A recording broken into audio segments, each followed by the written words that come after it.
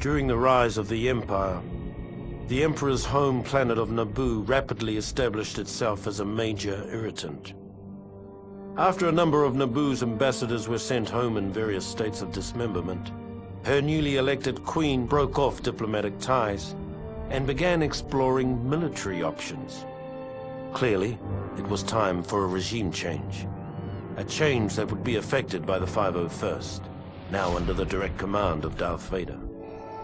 Our orders were simple: to infiltrate the city, take out their leader, sending a clear signal to other potential troublemakers in the Empire.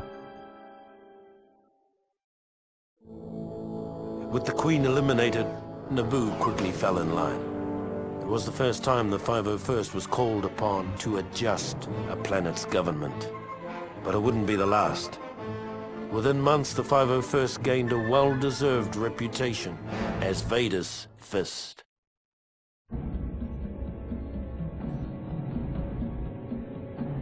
Although the Clone Wars were over, some people never seemed to get the message. The worst case of denial was Gizor Delso, a Geonosian separatist who'd somehow escaped Lord Vader's efforts to wipe out the remnants of the CIS. Lord Vader tracked him to Mustafar and brought us in to finish the job. It seemed like a simple enough mission, but when we saw the fleet of droid ships hovering over the planet, we suddenly realized that Delso's denial mechanisms were a little more dangerous than we'd imagined.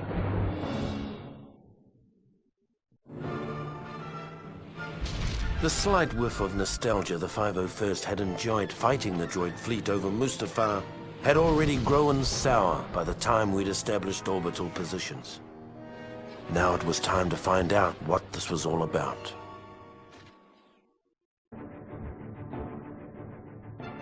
By the time we'd made our way to the molten surface of Mustafar, it was apparent that Delso had been a busy little bug. All by his lonesome, he'd found a previously hidden droid factory, fired it up and cranked out his own private army of battle droids. Needless to say, this got the men of the 501st a little hot under the helmet, and not just because of all that lava. Truth be told, we'd all had our fill of those gearheads during the war, and we couldn't stomach the thought of going through another one. So we blew them up. Blew up the droids, blew up the factory. Damn near blew up the planet. The destruction of the mining facility put an end to any thoughts of a second droid rebellion. For the first time in years, the men of the 501st could relax and get about the business of maintaining an empire, rather than building one. Officially, there never was a clone rebellion on Kamino.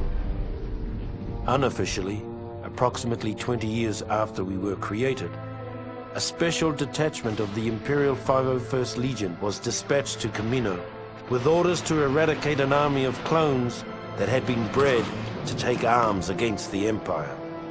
Our mission commander, an expert on the inner workings of Kamino, was a young bounty hunter named Boba Fett. The bounty hunter left after the battle was over. He said something about tracking down a smuggler on Tatooine. After the Kamino uprising, the Emperor decided that an army of genetically identical soldiers was too susceptible to corruption. Future troopers would be cloned from a variety of templates. Though the 501st itself remained pure, the rest of the Imperial Army gradually became more and more diverse. We never really got used to the new guys.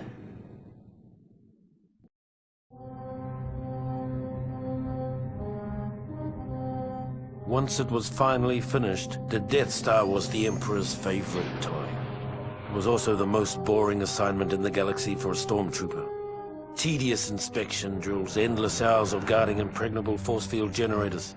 Things got so bad that when a prison break erupted in the cell block, we were almost happy to have someone shooting at us again. If only we'd known what an embarrassing snipe storm we were about to wade into. We probably would have jettisoned the whole detention block into space.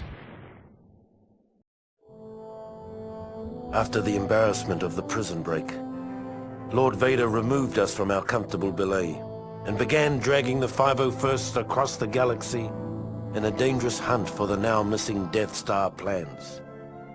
Ironically, our punishment eventually proved to be our salvation.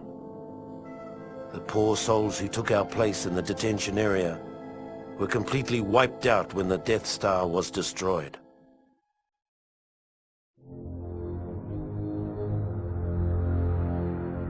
By the time of the raid on Polis Massa, the men of the 501st were starting to get a little sick of this so-called rebellion. In the past, we'd secretly enjoyed putting down a local insurrection or two. They kept the troops sharp and the Empire feared. But these rebels were different. They were organized, they were growing, and they were everywhere. The raid on Polis Massa was a perfect example of how things were starting to fall apart. We were supposed to go in, wipe out a small band of rebels, and recover some stolen Imperial plans on an encrypted holodisk. Before we knew it, we were nearly overrun by rebel forces, with the holodisk nowhere to be found.